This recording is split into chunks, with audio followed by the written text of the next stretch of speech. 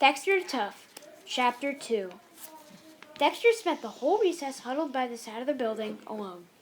Once, a boy came over and asked, "Want to play kickball with us?" Dexter just shook his head. His throat felt too swollen to let out the word, "no." He dug the toe of his tennis shoe into the pebbles that covered the ground between the building and the grass. He lifted his foot a little. Some of the pebbles skipped over the tops of others. Some of them hit the side of the school. Dexter slid his foot through the pebbles again, scattering more of them. It felt really good to kick something. Dexter liked the sound the little stones made, hitting the school. It was the first thing that he liked all day. "Stop that!" A woman Dexter hadn't noticed yelled at him. "Are you trying to break a window?" Dexter wasn't anywhere near a window. He turned his back and walked away from the woman without answering. At his old school, he would have said, "Sorry." No, at his old school, he wouldn't have been standing around kicking pebbles. He would have been out playing with his friends, J-Dell and Dylan and Robert and CJ. They didn't play 60 games like kickball. They played football and basketball. Don't think about it, he told himself. The woman who yelled at Dexter blew a whistle. Dexter guessed that meant that the recess was over, because all the other kids came running over, laughing as they got into lines. Dexter wasn't sure which line to get into. He hadn't looked very closely at any of the other kids in his class. Oh wait, that girl with the big red bow in her hair. Wasn't she the one who'd raised her hand when the teacher said to stop writing? Dexter stepped in a line behind her, almost letting himself feel glad that he'd remembered the big red bow. But they were marching back to the class now, marching back to the teacher who'd probably read his paper by now. "Dexter, would you like to go first?" the teacher said as soon as they were settled in their desks again.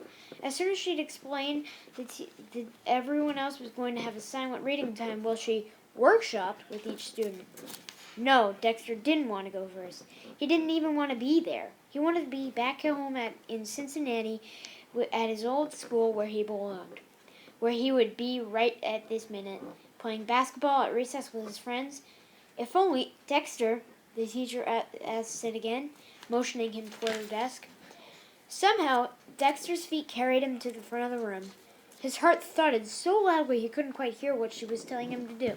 Oh, sit down. All he had to do was sit down. He sat into a smaller chair beside the teacher's desk. She bent her head down over his paper, reading what he'd written. She frowned. "Oh dear," she said. "Beating someone up? A fight? This isn't true, is it? Dexter, you didn't hurt another child, did you?"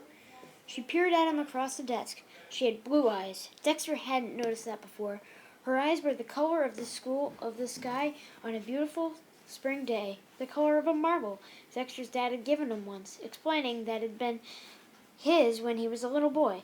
When kids still actually played with marbles, Dad had said with a laugh, flexing his muscles dramatically and surprising Dexter by flicking the marble clear across the room. That had been when Dad still had muscles.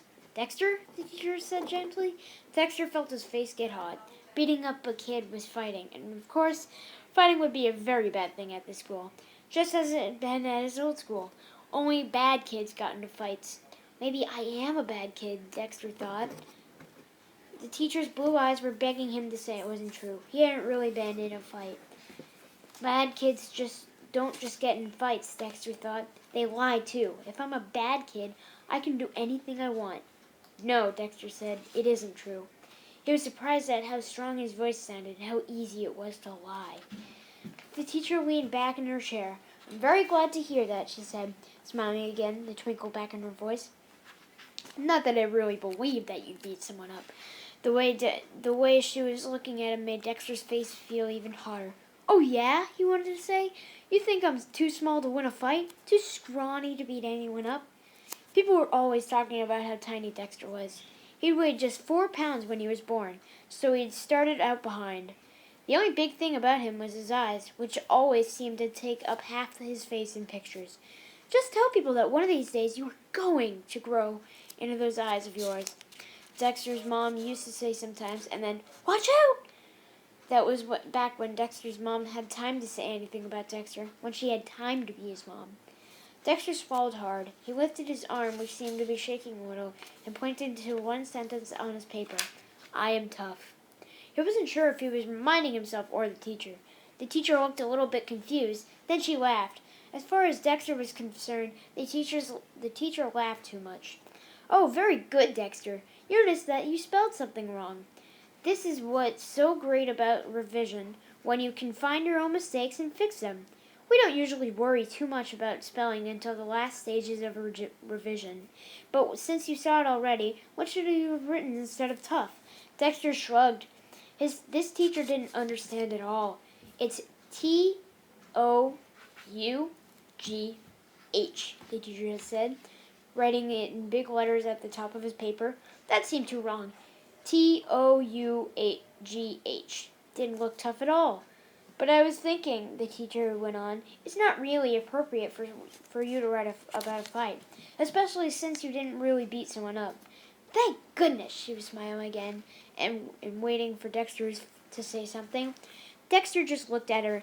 It would really be better for you to write about a different topic," she said, trying again. "Can you think of anything else you want to write about?"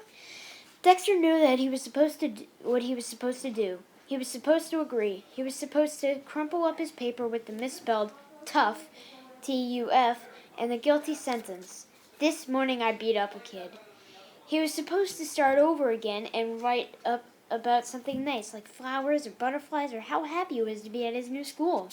Just like he was supposed to help Grandma and not be in any trouble.